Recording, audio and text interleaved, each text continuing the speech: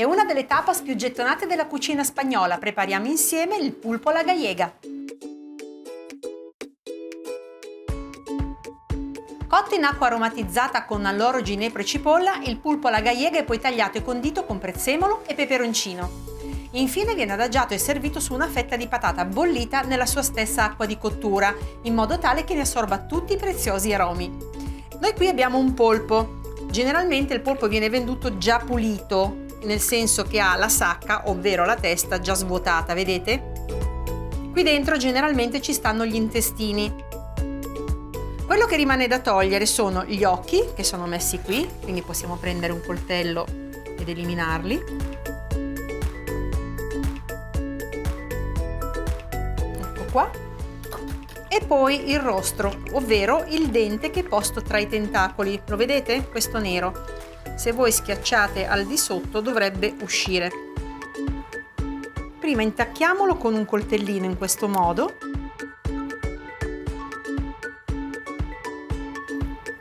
E poi lo togliamo, vedete?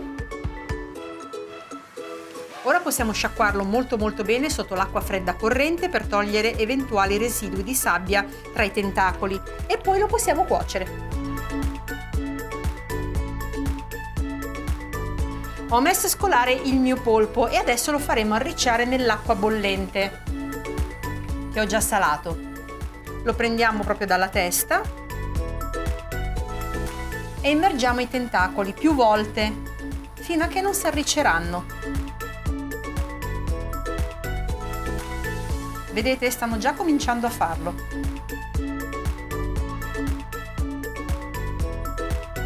Adesso mettiamo tutto il polpo in ammollo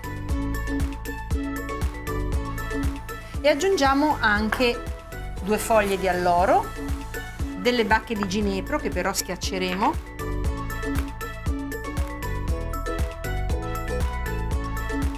e una cipolla, anzi mezza cipolla, che taglieremo in 2. Ora facciamo bollire l'acqua e alla ripresa del bollore conteremo 15-20 minuti di cottura con coperchio, dopodiché possiamo spegnere il fuoco e lasciare completamente raffreddare il polpo nella sua acqua.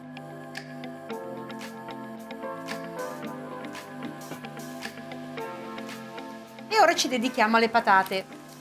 Le sbucciamo e dopo averla sbucciata la taglio a fettine spesse almeno 1 centimetro.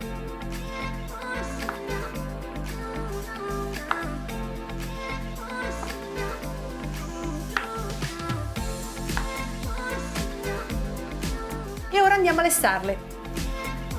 Come vedete ho tolto il polpo dall'acqua che ormai era diventata fredda e l'ho messa a ribollire perché adesso ci andiamo a lessare le patate.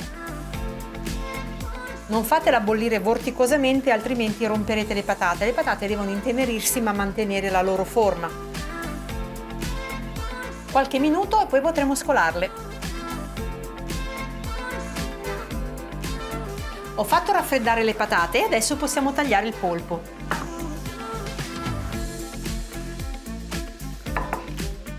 Dobbiamo dividere i tentacoli.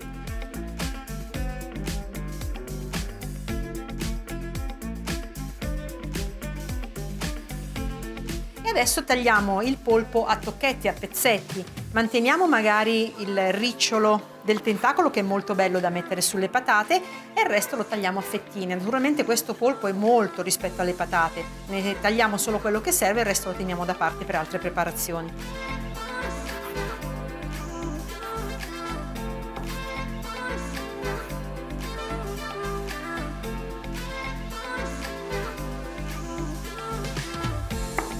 Mettiamo un goccio d'olio extravergine d'oliva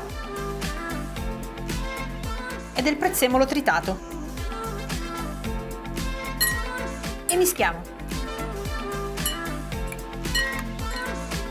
E ora possiamo impiattare. Prendiamo le fettine di patate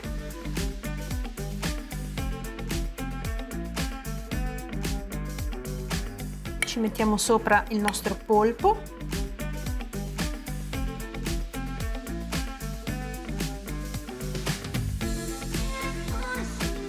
Ci mettiamo sopra del peperoncino dolce e piccante.